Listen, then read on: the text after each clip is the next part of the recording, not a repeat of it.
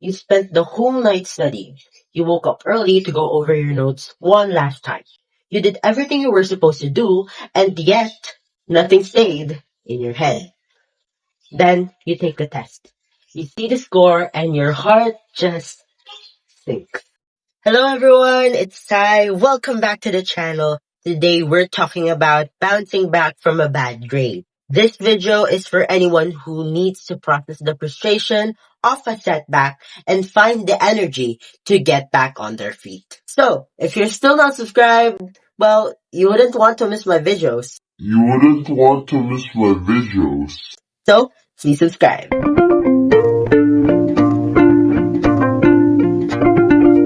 Look, as a student in a high-pressure school, I've been there. I tried and failed more times than I'd like to say. But those experiences taught me how to actually improve. Here is the truth. Your grades are just data, not a definition of who you are. So, let's break down the comeback plan. Part 1 is the mindset shift. Let's be honest. It's a bad feeling when you gave up sleep, you worked so hard, and the results just didn't show it. But before we look at schedules or planners, we have to fix your internal dialogue. It's easy to fall into permanent thinking or the belief that because you failed once, you will always fail. But remember, a grade is just a snapshot of one single moment of your life. It's not a movie of your whole future. To handle this, I use the 24-hour rule, where managing your emotions is like a training muscle, and you need to give yourself space. For the first 12 hours, all you need to do is just feel it. If you need to cry, cry. If you need to go for a run, clear your head, go, do it. Don't try to force toxic positivity within you. Don't pretend you're okay if you're actually burnt out. Then in the next 12 hours, start the change. Stop saying, I am a failure. And start saying that I had a failing experience. There is a huge psychological difference between those two things that you have just said. This is what researcher Carol Dweck calls the growth mindset, where a fixed mindset sees a bad grade as a ceiling, which is the limit of what you can do. However, a growth mindset sees it as a lighthouse. It's just a signal showing you where the obstacles are, so you don't hit them the next time. Part 2 of our comeback is the Deep-Dive Grade Audit. Once that 24-hour timer hits 0, it's time to be objective. We're doing a deep dive grade audit where you can't fix a problem until you've diagnosed it. We aren't looking for excuses. We're looking for patterns. A deep dive audit is just a high definition way to review your performance. Instead of just looking at the letter grade, we zoom in on why it happened.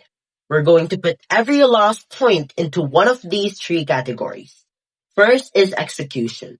You knew the answer, but you misread the question or made a small math error. This isn't a lack of knowledge. It's a focus problem. Second one is knowledge gap. You read the question and had no idea where to begin. This means your study materials were missing a piece of the puzzle. Number 3 is strategy. You knew the topic, but you didn't explain it the way the teacher expected. For example, maybe you prepared for a multiple choice test, but the given quiz was all essay questions. Next is do a resource review. Ask yourself, where did the questions actually come from? The lecture slides, the textbook, or those extra readings you just skipped?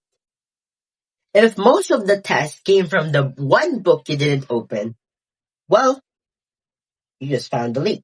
Part 3 of our comeback is the office hours power move, or our power move.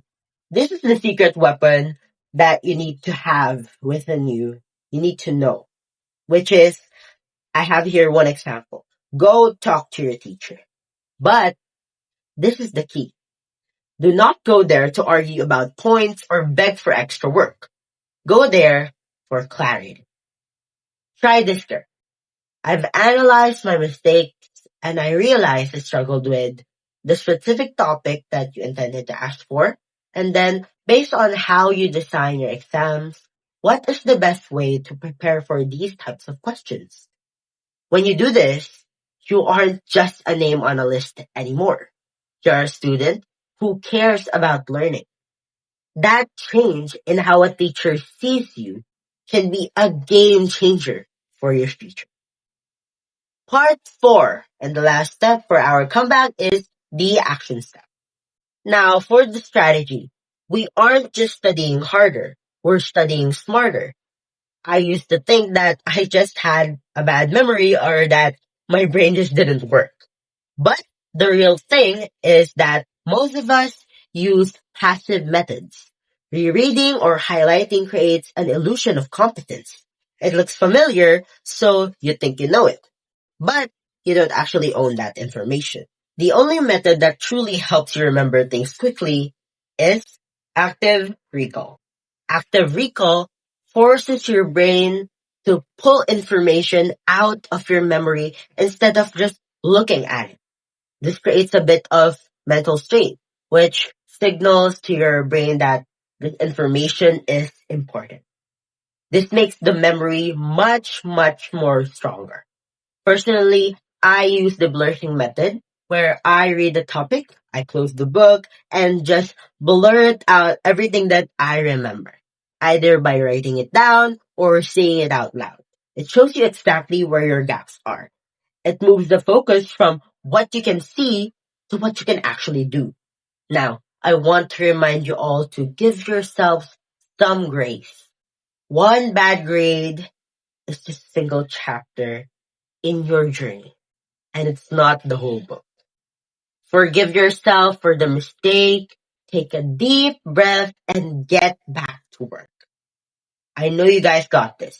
And if you ever bounce back from a bad grade, drop your best comeback tips in the comments below. I would love to hear and read how you did it, and maybe I can also learn a thing or two from your experiences. I wish you guys the best comeback for this year. Make sure to subscribe and hit the bell button so you don't miss the next video. Thanks for watching and see you in the next one.